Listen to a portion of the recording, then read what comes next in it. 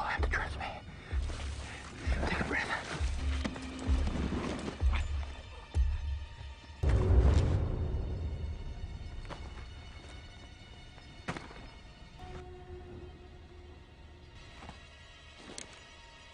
तो दोस्तों, अगर मैं आपसे ये कहूँ कि इतिहास में एक युद्ध ऐसा भी है जिसे एक सिपाही ने अकेले दम पे जिता दिया, और चौंकाने वाली बात यह है कि उसने इस लड़ाई में हथियार तक को हाथ नहीं लगाया।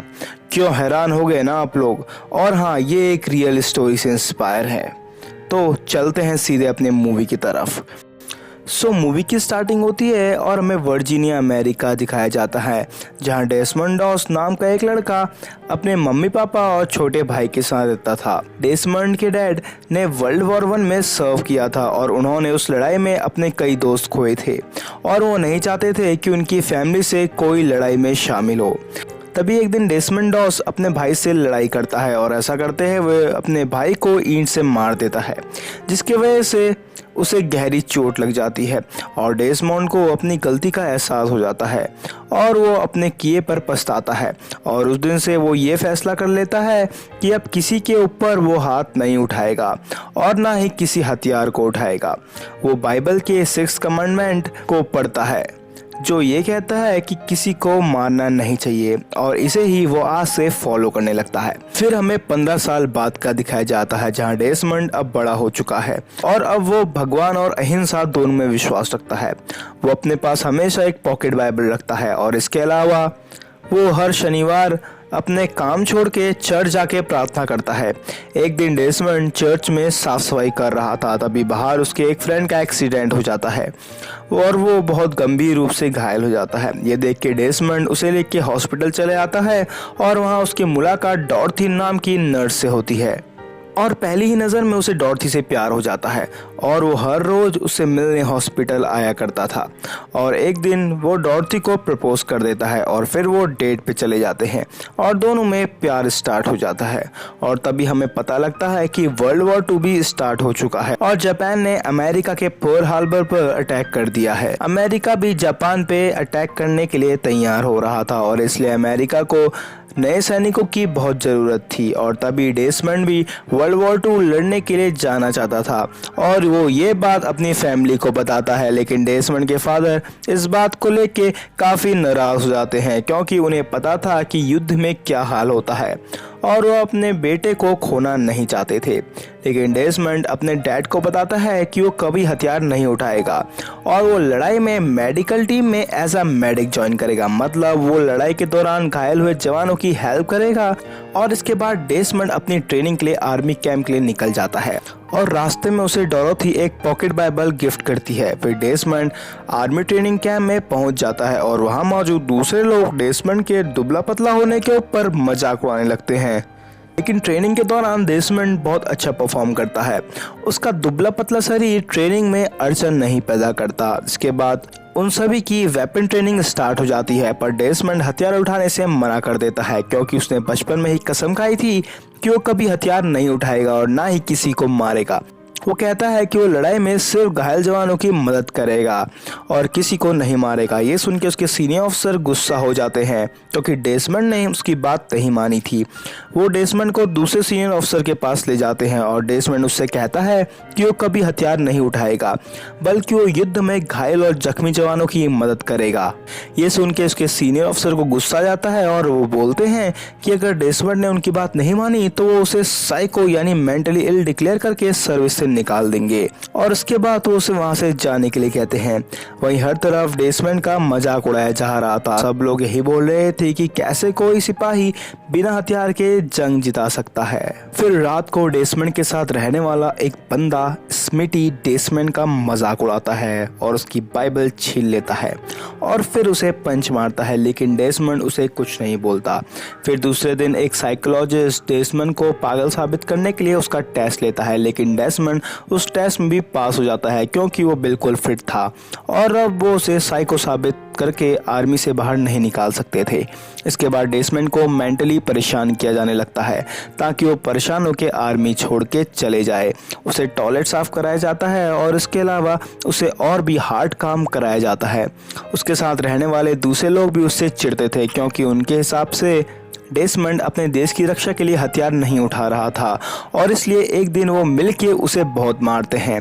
फिर अगले दिन सार्जेंट वहाँ के डेसमंड को आर्मी छोड़ के जाने के लिए बोलते हैं, लेकिन डेसमंड आर्मी छोड़ के जाने के लिए मना कर देता है। सार्जेंट उससे पूछता है कि क्या वो उन लोगों को पहचानता है जिसने उसे मारा है, पर नाम पता होते हुए भी डेसमंड उन्हें कुछ नहीं बताता। फिर कुछ टाइम बाद डेसमंड की ट्रेनिंग पूरी हो जाती है और जंग में जाने से पहले वो डोरोथी से शादी करना चाहता था। इसके लिए वो छुट्टी मांगता है पर उसे छुट्टी नहीं दी जाती। फिर से उसे गन उठाने के लिए बोला जाता है लेकिन डेसमंड गन नहीं उठाता और ऑर्डर ना मानने पर उसे कोर्ट मार्शल की धमकी दी जाती है और उसे कस्टडी में ले लिया जाता है। वहीं दूसरी तरफ डोरोथी चर्च में डेसमंड का शादी के लिए वेट कर रही थी, लेकिन डेसमंड नहीं आ पाता क्योंकि उसे कस्टडी में ले लिया गया था। फिर नेक्स्ट डे डोरोथी डेसमंड से मिलने जाती है और वो उसे बोलती है कि उसे सिर्फ एक बार गन उठानी है, भले ही उसे गन को नहीं चलाना है और ऐसा करते ही सब सही हो जाएगा। लेकिन डेसमंड अभी भी अपने वसूलों पर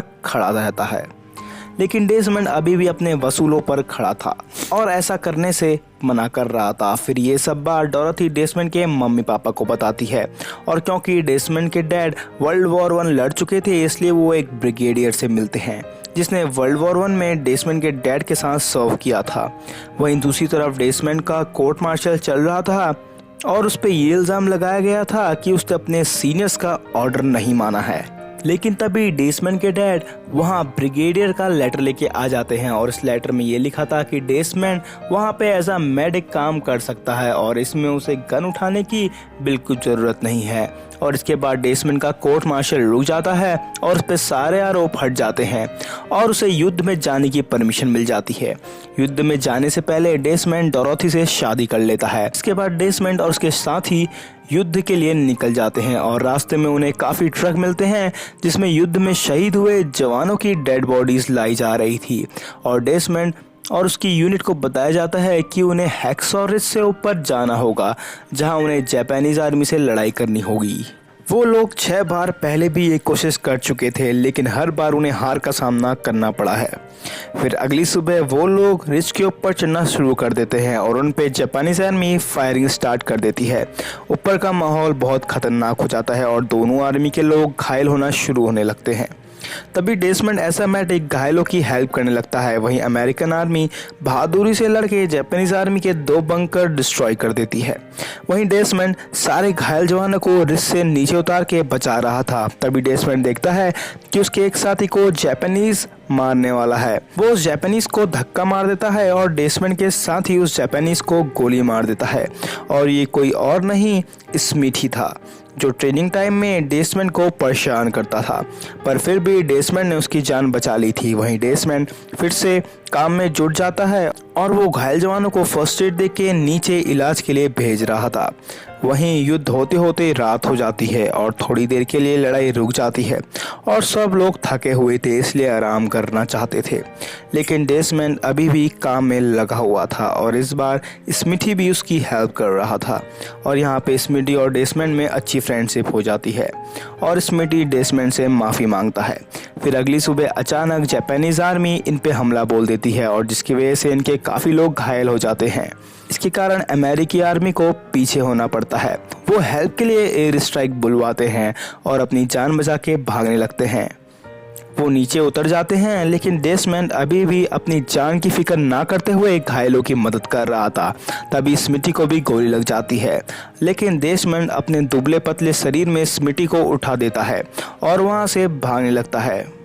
एक टाइम पे डेसमंड के दुबले पतले शरीर का मजाक उड़ाया जाता था, लेकिन आज वही डेसमंड अपने से कई बार भारी स्मिथी को उठा के उसकी जान बचा रहा था। स्मिटी को बहुत ज़्यादा गोली लग गई थी, जिसके कारण उसकी वहीं मौत हो जाती है। और अब सभी लोग नीचे उतर के कैंप की तरफ आने लगते हैं, लेकिन ऊपर स्मिटी को मरा हुआ देख और दूसरे लोगों को घायल देख डेसमंड नीचे नहीं उतरता। वो बहुत इमोशनल हो जाता है और रोने लगता है और भगवान से प्रार्थना करने लगता है। तभी उसे धुएं में से आवाज़ आती है और कोई उसकी हेल्प मांग रहा था। वो धुएं में घुस जाता है। तभी वहाँ उसे 2 घायल सिपाही मिलते हैं। डेसमंड एक को मॉर्फिन देता है और दूसरे को खींच के रिस्ट से नीचे भेजता है।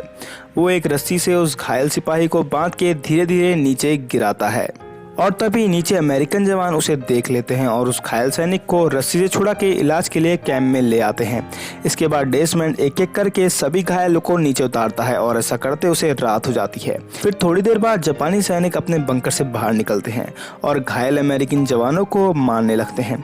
डेसमंड उन्हें देख के छिप जाता है और जापानी सैनिक उन्हें मारने के बाद वहां से चले जाते हैं। जापानी सैनिकों के जाने के बाद डेसमंड अपना काम फिर से स्टार्ट कर देता है और वो कई अमेरिकन सैनिक को नीचे पहुंचाता है। लेकिन तभी जापानी सैनिक डेसमंड को देख लेते हैं और उस पर फायरिंग करने लगते हैं। इस पे डेसमंड को एक सुरंग मिलती है और वो उसमें घुस जाता है और वो सुरंग जापानीज बंकर में ही खुल रही थी। तभी उस बंकर में डेसमंड को एक घायल जापानी सैनिक मिलता है और डेसमंड उसे भी मॉर्फिन और बैंडेज देख के वहाँ से चले जाता है। वहीं अब काफी रात हो गई थी, लेकिन डेसमंड अभी भी अकेले घायलों को बचा रहा था।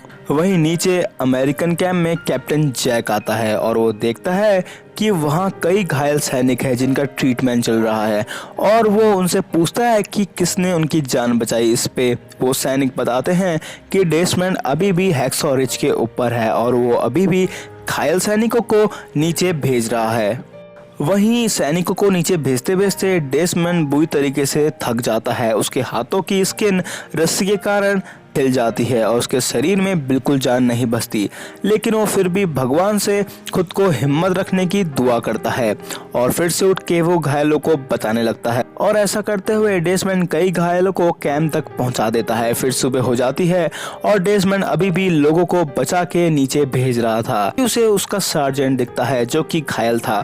वो उसे बचाने जाता है, पर तभी जापानी लोग उस पर फायरिंग करने लगते हैं, लेकिन किसी तरीके से वो सार्जेंट तक पहुंच जाता है और उन्हें कपड़े में बिठा के खींचकर रिस्ट तक ले आता है और सार्जेंट उन जापानी सैनिक को मार के उसे कवर देते हैं। इसके बाद वो सार्जेंट को भी रस्सी से नीचे कैंप में भेज देता है, लेकिन फिर से उसे एक लास्ट सैनिक दिखता है जो घायल था और फिर डेसमंड उसे और खुद को रस्सी से बांध के नीचे कूद जाता है और नीचे मौजूद सैनिक उसको कवर देते हैं और इस तरीके से डेसमंड भी जिंदा नीचे आ जाता है। और हमें यहाँ पे पता लगता है कि डेसमंड ने ऐसा करते करते पूरे 75 सैनिकों की जान बचाई है और अब सबके सामने वो हीरो बन चुका था। और वो डेसमंड जिसे आज तक कोई भी बंदूक अपने हाथ में नहीं पकड़ी थी, उसने बिना किसी हथियार के इतने लोगों की जान बचा ली थी।